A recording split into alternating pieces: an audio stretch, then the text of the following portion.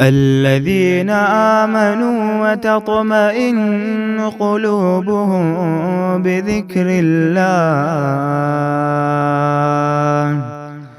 ألا بذكر الله تطمئن القلوب۔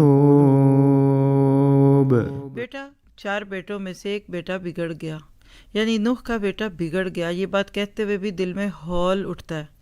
دوسروں کو 950 سال تک اللہ کی طرف بلانے والے کا اپنا بیٹا بگڑ گیا، کیا یہ بھی ہوتا ہے؟ جی، یہ حقیقت ہے۔ لکھے چند باتیں اور پھر اس کے اوپر غور کیجئے گا کہ پسرے نوح آج ہم سب کی توجہ دلاتا ہے اس بات کی طرف کہ ہم دین والوں کے بارے میں ایک سوچ رکھ لیتے ہیں، اور وہ کیا کہ ان کی تو 7 پشتیں نیک لوگوں کی ہوں گی اور ان کے تو جدی پشتی سب دیندار ہوں گے۔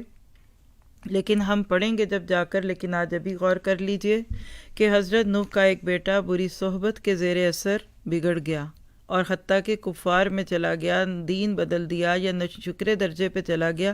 جہاں بھی جس درجے پہ وہ گیا ہوگا، اگر اسی کو ذہن میں رکھ لیجئے تو آپ کو بات سمجھ آ جائے گی۔ تو کسی کے ہاتھ میں ہدایت نہیں۔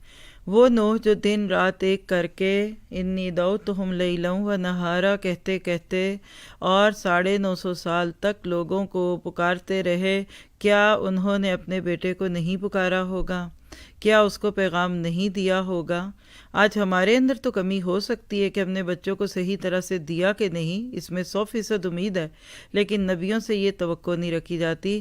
لیکن وہ کہتے ہیں کہ پھول کی پتی سے کٹ سکتا ہے ہیرے کا جگر، مرد نازاں پہ یا مرد ناداں پہ کلام دل فریب بے اثر۔ تو لہٰذا یہ اس بات کی دلیل بھی ہے۔ آج لوگ دین کا کام کرنے والوں کو کہتے ہیں پہلے اپنے گھر والوں کو تو ٹھیک کر لیں، تو آج کے بعد آپ نے نہیں کہنا۔